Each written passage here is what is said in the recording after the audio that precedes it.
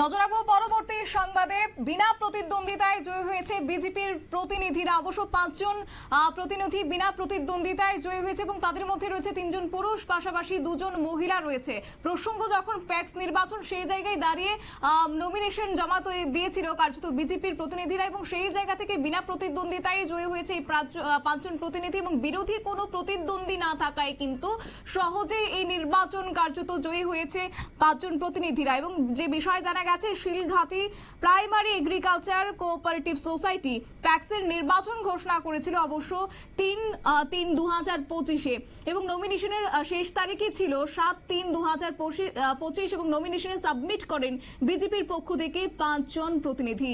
এদের মধ্যে পুরুষ 3 জন এবং মহিলা রয়েছে 2 জন। যেহেতু কোনো বিরোধী দল ছিল না, কোনো প্রতিদ্বন্দ্বিতা না করায় সেই জায়গা থেকে 19/3/2025 তারিখে শিলঘাটি বাজারে একটি অনুষ্ঠানের মধ্য দিয়ে 5 জন প্রতিনিধিকে বিজয়ী বলে ঘোষণা করেছে ইলেকশন ইনচার্জ বীর কিশোর জমাতিয়া। কি রয়েছে বক্তব্য শুনুন।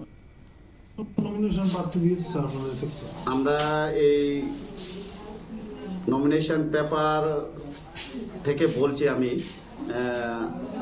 3/3 আমরা নমিনেশন সেল করেছি।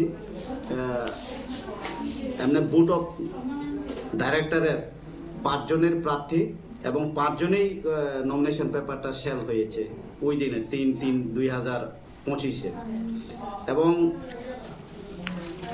মনোনয়নপত্র দাখিল বা মনোনয়নপত্র নমিনেশন পেপার রিসিভ 7/3/2025।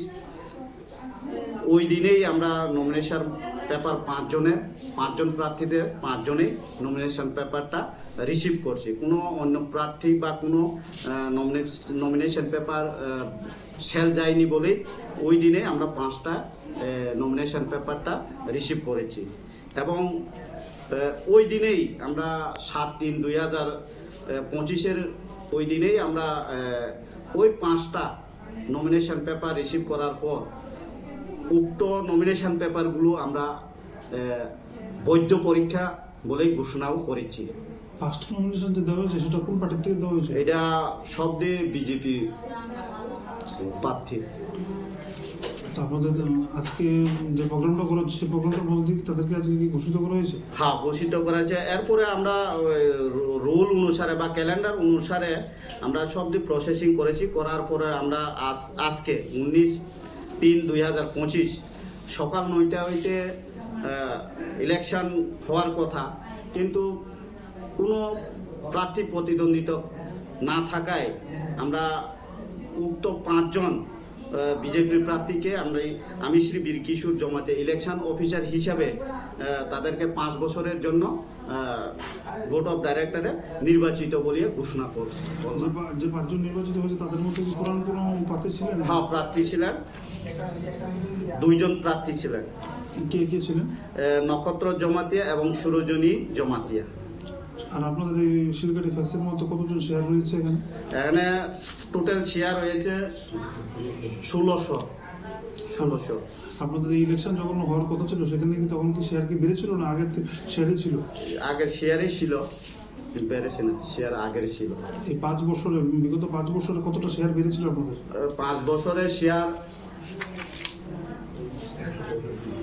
165 জন এই 5 বছরের শেয়ার বেড়েছে।